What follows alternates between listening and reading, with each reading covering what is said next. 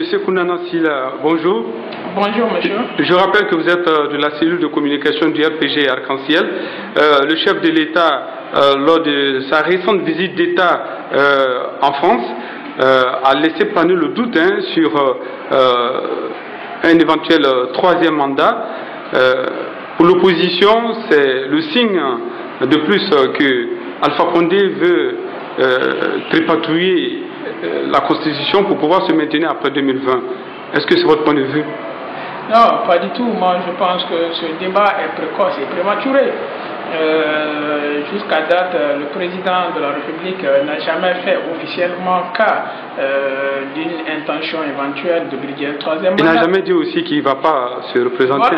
Voilà. Donc s'il n'a rien dit, il n'a pas dit qu'il va se présenter, il n'a pas dit qu'il ne va pas se présenter. Je pense que ce débat est précoce. Attendons 2020, c'est pour très très bientôt. Donc ceux qui s'agitent, je ne sais pas s'ils ont peur du bilan du président de la République, mais qu'on les assure, le RPG Arc-en-Ciel gardera ce pouvoir pendant au moins 60 ans.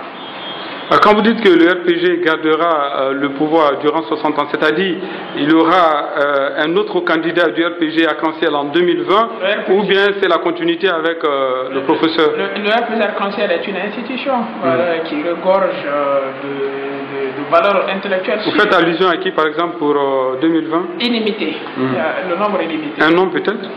Pas le nombre est limité. Je pense que c'est pas à la volée qu'on donne des noms. Le parti a un règlement intérieur, un statut qui prévoit clairement dans quelles conditions on peut être candidat. Je pense après la convention, et le candidat qui est élu de la convention portera et défendra les couleurs du parti.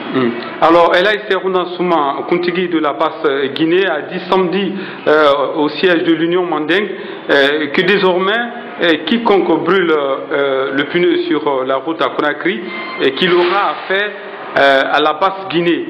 Est-ce que c'est du ressort justement d'un Kontigi de tenir de tels propos? Bon, vous savez, il faut parfois essayer de faire la différence entre le coutumier et l'administratif. Sur le plan purement administratif, je pense qu'il ne revient pas à M. Serouna, qui est un papa, qui est un doyen de ce pays respectable et respectueux, de dire quoi que ce soit par rapport aux manifestations et aux différentes dérives. Mais comprenez que c'est un doyen aujourd'hui de la Basse-Côte. En tant que coutumier, je pense que c'est un ras-le-bol qu'il a essayé d'exprimer, vu que sa propre personne a été victime de plusieurs attaques ces dernières semaines.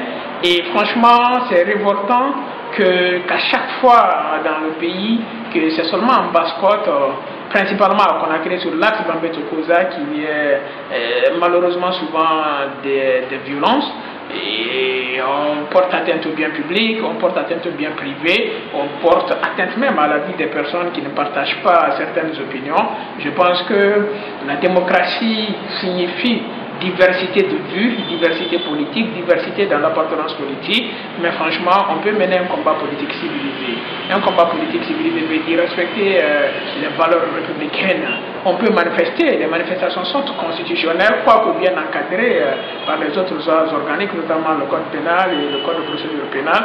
Mais franchement, tous les leaders de la Guinée aujourd'hui, tous les citoyens néanmoins, nous devons travailler à ce que nous apprenions véritablement c'est quoi les masses politiques, les masses sociales aux citoyens. C'est extrêmement important. C'est pas parce que je ne suis pas d'accord avec un régime, c'est pas parce que je suis contre un président de la République que je dois porter atteinte à l'ordre public.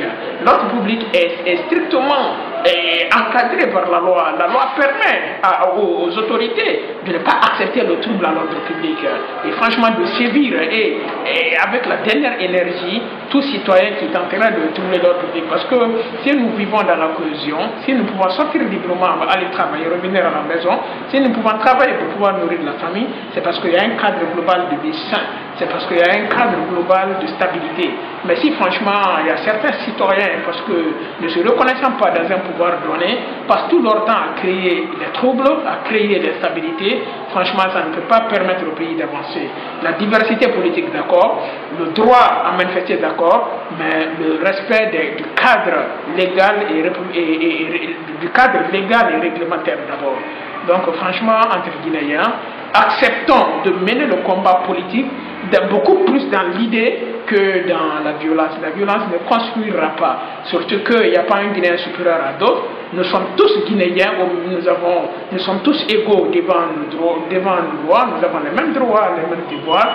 Priorisons les débats d'idées, priorisons le débat intellectuel au profit du débat physique, du combat violent. Ça ne mènera le pays nulle part et franchement ça ne peut pas permettre aux étrangers de venir nous aider à développer notre pays. Alors dernière question, c'est par rapport à la visite annoncée du chef de l'État à l'Abbé. On parle du lancement de la journée nationale de l'élevage. Est-ce que vous pensez que les mobilisations que Alpha Condé a eues lors de ses accueils, notamment à Kankan et puis à Sigri, est-ce que vous pensez que vous allez vous attendre à un tel accueil au fief, dans le fief de l'opposition, notamment de l'UFDG? En tant que président de la République, normalement, on devrait s'attendre à un accueil chaleureux. Parce qu'un président de la République, il est le président de quelques régions que ce soit. Il est le président de tous les citoyens. Sauf qu'Alpha Condé s'identifie à un parti.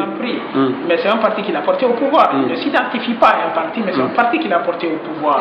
C'est extrêmement important. Mais dès qu'il est au pouvoir, il doit se démarquer de ce parti. Mais il s'est combien de fois démarqué? C'est un président de tous les Guinéens. Parce que les infrastructures qu'il fait, ce n'est pas dans une région qu'il les réalise. Au contraire, sa base électorale qui est la Côte-Guinée aujourd'hui, les gens se plaignent que les infrastructures sont beaucoup plus réalisées ailleurs qu'en Côte-Guinée. Mais il faut le comprendre, un président de la République, il est élu pour un pays et non pour une région. Donc je disais alors qu'on devrait s'attendre à un accueil chaleureux du président à l'Abbé, parce que l'Abbé fait partie du territoire guinéen. Mais malheureusement, je crains des petits problèmes parce que malheureusement, le principal parti politique de l'opposition aujourd'hui, qui est l'UFDG, aime beaucoup instrumentaliser les populations de cette région. On met la politique partout. Déjà, il y a des prises de position officielles dans cette formation politique, des cadres et non les moindres, qui font état d'une annonce spectaculaire d'un éventuel projet pour le 3e mandat. Donc déjà, ces supputations, ces suppositions inutiles créent de la tension et finalement, il y a des troubles qui arrivent. Nous avons tous en mémoire l'inauguration de la mosquée de Timbo, un lieu de culte, mais vous savez ce qui s'est passé. Moi, je pense qu'en tant que leader politique, nous devons tous aujourd'hui prioriser les valeurs et faire la promotion des valeurs qui nous permettront de vivre ensemble dans la diversité, mais qui feront de nous des véritables républicains, des véritables soldats pour le développement de la Guinée. Monsieur Silla, merci d'avoir répondu à nos questions. Ce fait un plaisir.